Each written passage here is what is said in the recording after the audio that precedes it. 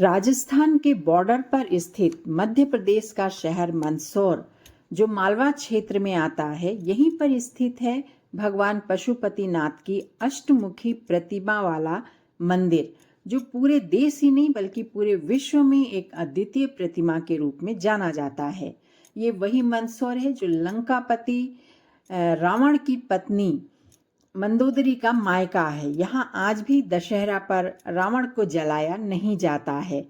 स्थानीय लोग आज भी रावण को अपना दामाद मानते हैं।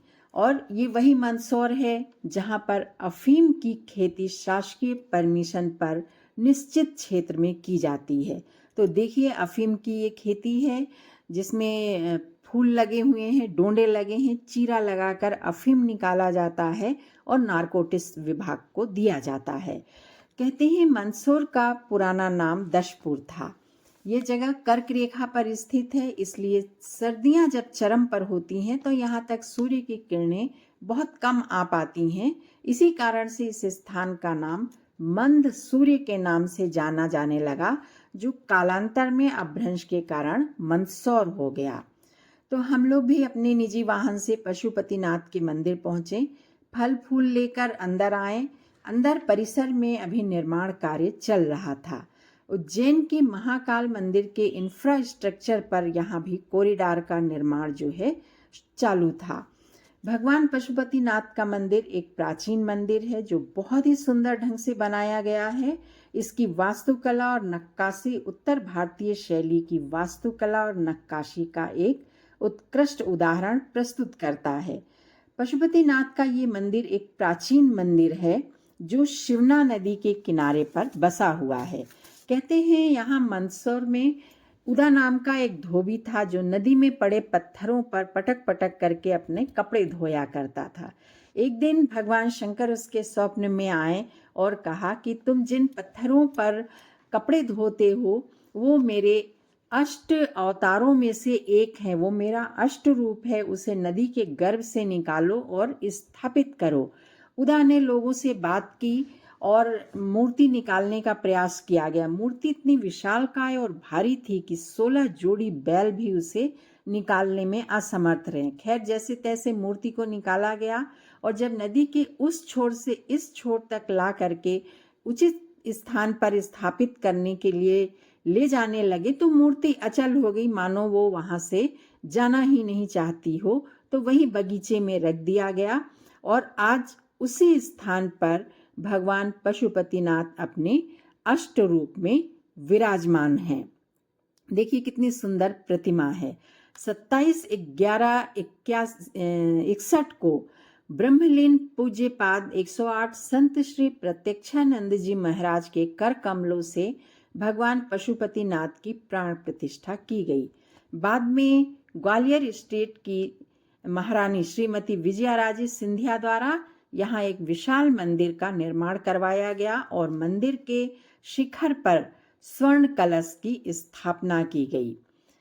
यहाँ स्थापित अष्टमुखी शिवलिंग 7.3 फीट ऊंचा है। यह एक अद्वितीय और विश्व की एकमात्र ऐसी प्रतिमा है जिसके 8 मुख हैं, 4 ऊपर और 4 नीचे।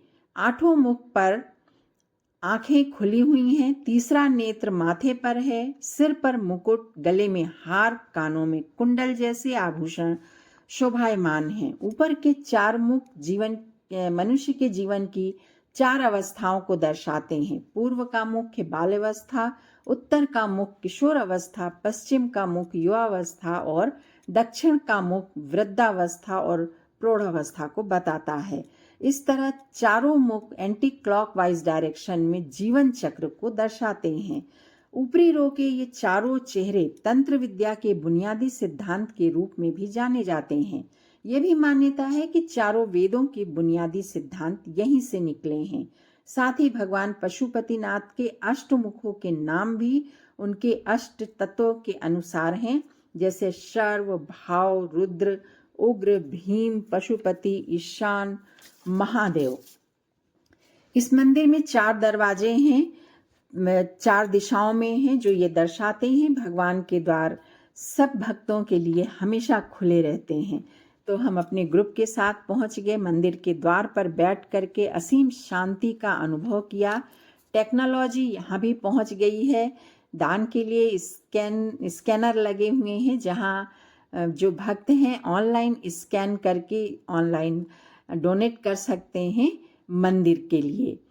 तो इस तरह से हम लोगों ने खूब अच्छे से दर्शन किया, बहुत अच्छे से फोटो भी खिंचवाए और बहुत अच्छा लगा। परिसर में आए, एक विशाल प्रतिमा बनी थी नागदेव की, वहाँ भी हम लोगों ने खूब फोटो खिंचवाए। संगमरमर के बने कछुआ था, उनको भी हमने प्रणाम किया। और वहीं पर नंदी महाराज भी संगमरमर के थे, वहाँ भी हम लोगों ने खूब फोटो खिंचवाई। तो देखिए हमारे ग्रुप के लोग हैं, ये प्रतिमा है। यहाँ पर देखिए मधु भाभी हैं, आशा जी बैठी हैं, इन्होंने फोटो खिंचवाया। और इसी प्रीमाइसेस में एक विशालकाय पीतल का घंटा लगा हुआ है। यह लगभग 3700 किलोग्राम वजनी है। कहते हैं मंदिर में कोई घंटी नहीं थी और फिर मंदिर समिति के लोगों ने घर घर जाकर संसाधन जुटाना शुरू किया।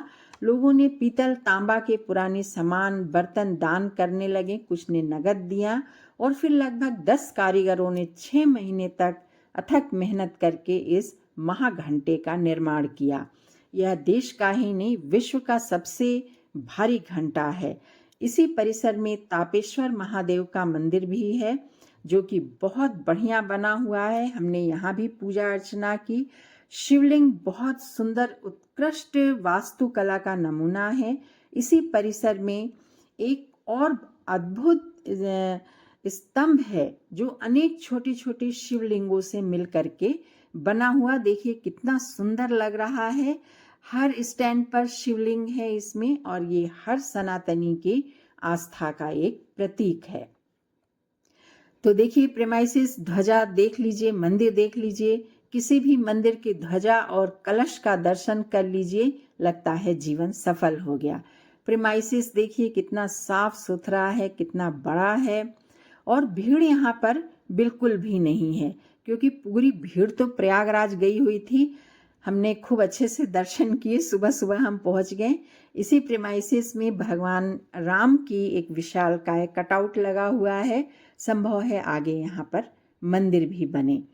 तो प्रेमाइसिस देखिए बिल्कुल साफ सुथरा है। इसी प्रेमाइसिस में बालाजी का भी एक मंदिर है, वहाँ भी हमने दर्शन किए। कहते हैं यहाँ की गई मानता ज़रूर पूरी होती है। तो मंदसौर हर शहर से बाई रोड जुड़ा हुआ है। यहाँ पर मंदसौर रेलवे स्टेशन से मंदिर मात्र 3 किलोमीटर की दूरी पर है। अगर आप चाहें तो बस और अपने निजी वाहन से भी आप यहाँ पहुँच सकते हैं। दर्शन का समय प्रातःकाल 6 बजे से लेकर के शाम को 9 बजे तक का है। मंगला और श्रृंगार आरती प्रातः 7:30 बजे होती है। अभिषेक पूजा 10 बजे होता है। राजभोग आरती 11 बजे होती है। मंदिर में दर्शन जो है रात को 9 बजे बंद हो जाते हैं। तो ये बहुत अच्छी जगह, देखने लायक जगह है। जरूर आइए, भगवान शिव के अष्ट स्वरूपों का यहाँ दर्शन कीजिए, अपने जीवन को सफल बनाइए।